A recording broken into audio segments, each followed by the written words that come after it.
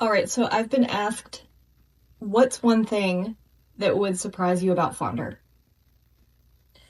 And it's not surprising to me anymore. It took me a while to understand it and to accept it, but it doesn't surprise me.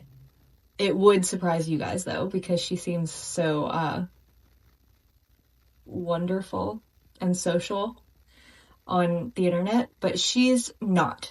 So she's super reactive towards humans and she doesn't like to be touched.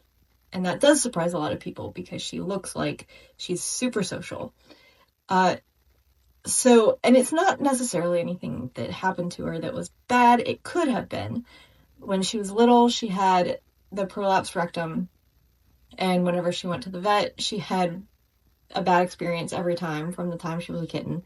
So, could that have something to do with it? Yes. I'm not blaming it on that because she was so little. I don't know how much of that she actually remembers. I think there are some pets who don't like to be touched. They just don't like it. I don't like to be touched. Um, I just don't like it. It's just something I don't like. And it's something Flutter doesn't like. So luckily we found each other and we can enjoy not being around each other and touching each other together. So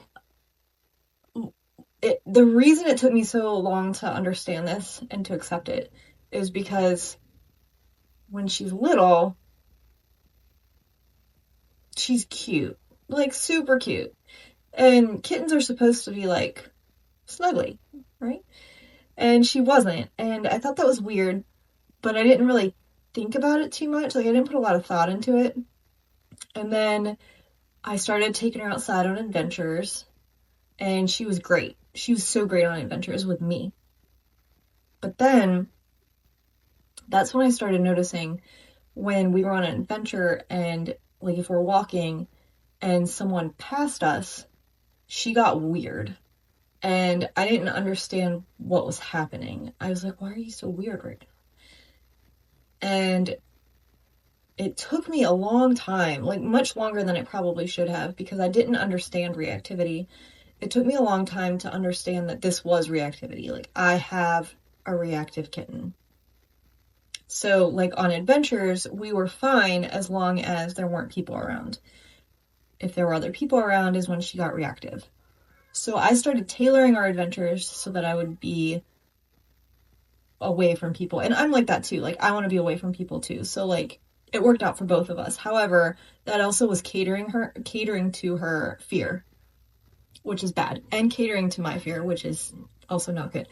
So I started to, like, once I understood that it was reactivity and this was, a problem, I started to slowly introduce for both of us situations where we would see maybe some people.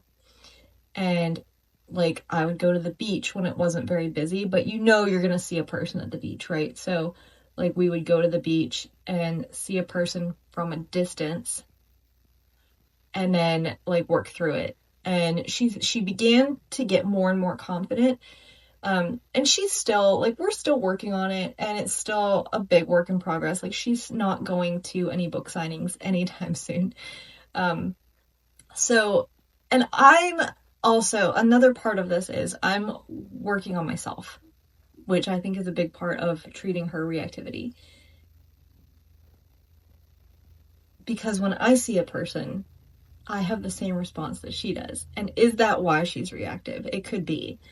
I know my cortisol levels go up and I want to hide. And she sees a person and she wants to hide. So I'm trying to work on calming myself when I see people.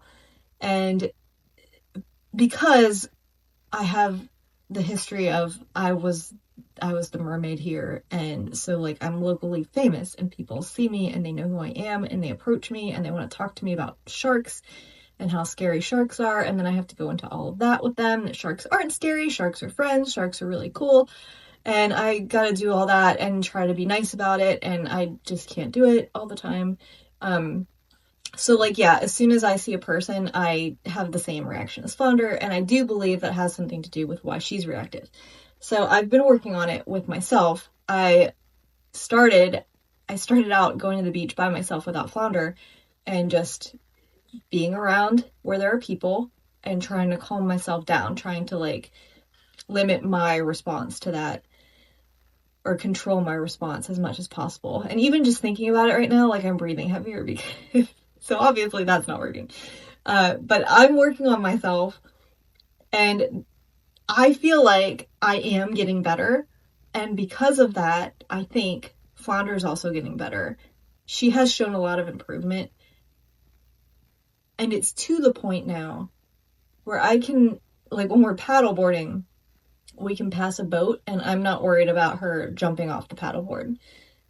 Um, it used to be like we couldn't pass a boat or we couldn't pass other paddleboarders or people on kayaks. Like I had to avoid all people all the time because Flounder would just jump in the water. That was her response. She's like, oh, people jumping in the water. So now she doesn't do that uh, as much. I mean, I've also been better at avoiding people, but now she's not doing that as much. So that's good. The biggest improvement that I've seen, or the biggest sign of success that I've seen, is Pocahontas.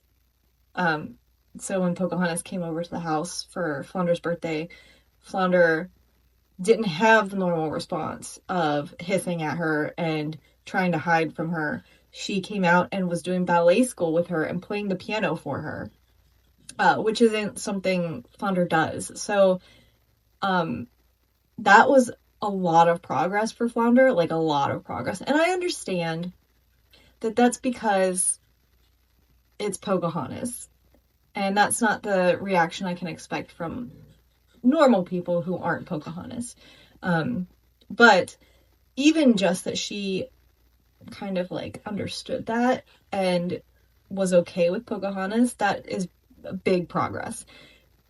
This also is how I'm planning on introducing her to Mary Robinette and Elsie because she watched Pocahontas on TV over and over and over and over and over again. And then when Pocahontas came to life, she was okay with Pocahontas.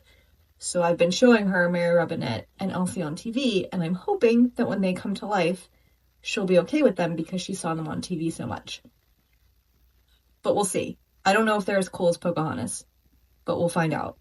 But that's the plan, and I'm hoping that helps with the reactivity. But I think for anyone who has a reactive pet, it's important to understand that while you may be able to work through it with treats in the moment, treats aren't always the answer. So I'm afraid of heights. And if you give me a chocolate cake when there are heights involved, I'm still going to be afraid of heights. So I think it's important to understand that throwing treats at your pet when they're when they're having a reactive moment isn't the answer. That's not fixing the problem. You have to understand why they're afraid, and you have to try to fix it from inside. And patience. I think patience is really, really important because it is easy to get frustrated with them because, like, when I look at Flounder and how she gets afraid of the mailman walking past her in the driveway, and she like thinks she's gonna die because the mailman walked past her in the driveway. And I'm like, that's so dumb. Why do you think that? Like, come on, Flounder. But you can't be like that. You have to be patient with them because you have to understand that is a rational fear for them. And they can't control it. And so you need to give them the tools to be able to control it. And this is something that is really difficult, and it's something that requires a lot of work. And Flounder and I have been putting in a lot of work, and I have seen progress. But yeah, that's definitely something that I think a lot of people are surprised by because people want to see her at events, and people when they come to Hilton Head want to meet Flounder, and it doesn't work that way with Flounder. Like, you can't just meet Flounder. Like, she's not into that. Like, you need to have prep work and you need to be on the TV more than Pocahontas probably. But yeah, it does surprise people about Flounder that she's so reactive. So it's just important to respect them and the boundaries that they set, And that's what I do with Flounder, and that is why you will probably never see Flounder out and about in Hilton Head because she doesn't want to be seen. And honestly, I'm okay with that.